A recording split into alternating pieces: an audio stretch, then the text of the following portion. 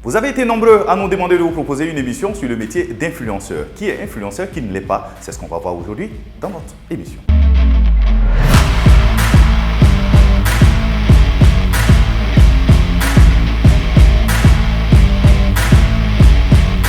Selon la définition entrée dans le Larousse 2017, les influenceurs sont des personnes capables, en raison de leur popularité ou de leur expertise dans un domaine donné, d'influencer les pratiques de consommation des internautes par les idées qu'elles diffusent sur un blog ou tout autre support interactif, par exemple les forums, les réseaux sociaux. Arrêtons-nous sur deux notions, la notion de popularité et la notion d'expertise.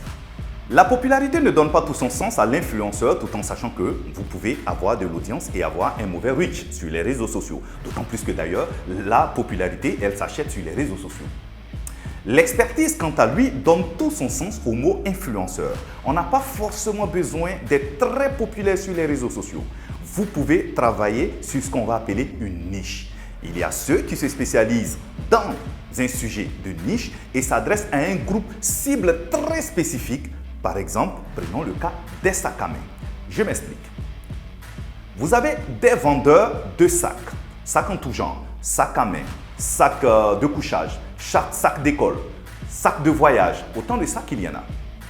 L'influenceur, lui, va choisir de s'intéresser au sujet exclusivement des sacs à main.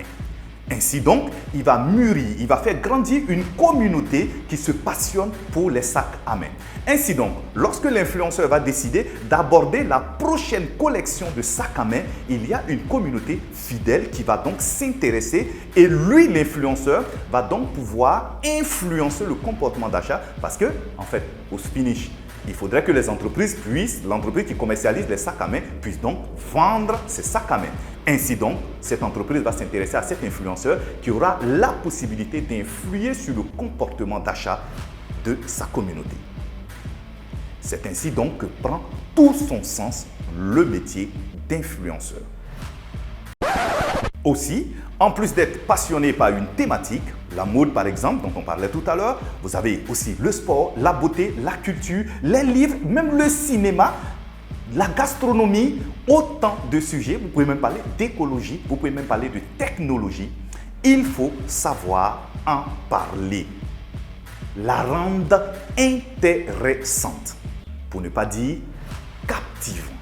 C'est à cette seule condition que vous pourrez fidéliser votre communauté. Bien évidemment, il faut une parfaite maîtrise des réseaux sociaux sur lesquels vous allez diffuser votre contenu. On est tous d'accord. N'oublions pas tout de même l'originalité, votre façon de présenter le produit qui doit être aussi captivant. Comment devenir influenceur? Il n'existe pas de recette miracle pour devenir un influenceur. Il s'agit plutôt d'un statut qui doit être maintenu par des efforts quotidiens. Votre réussite dépend de la façon dont le public réagit et vous évalue. Cela dit, il y a quand même quelques conseils qu'on va partager avec vous. Avant tout, posez-vous la question de savoir pourquoi vous voulez devenir un influenceur. Quels sont vos rêves et quels sont vos points forts?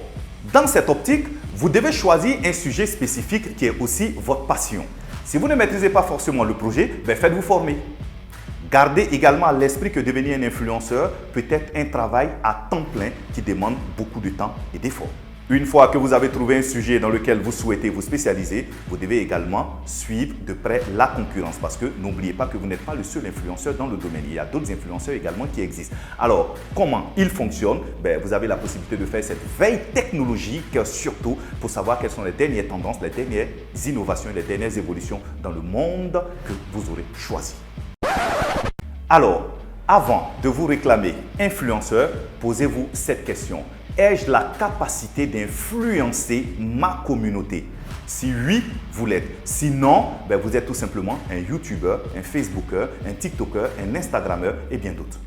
Alors, penses-tu que tu es un influenceur? J'attends ta réponse en commentaire. À bientôt.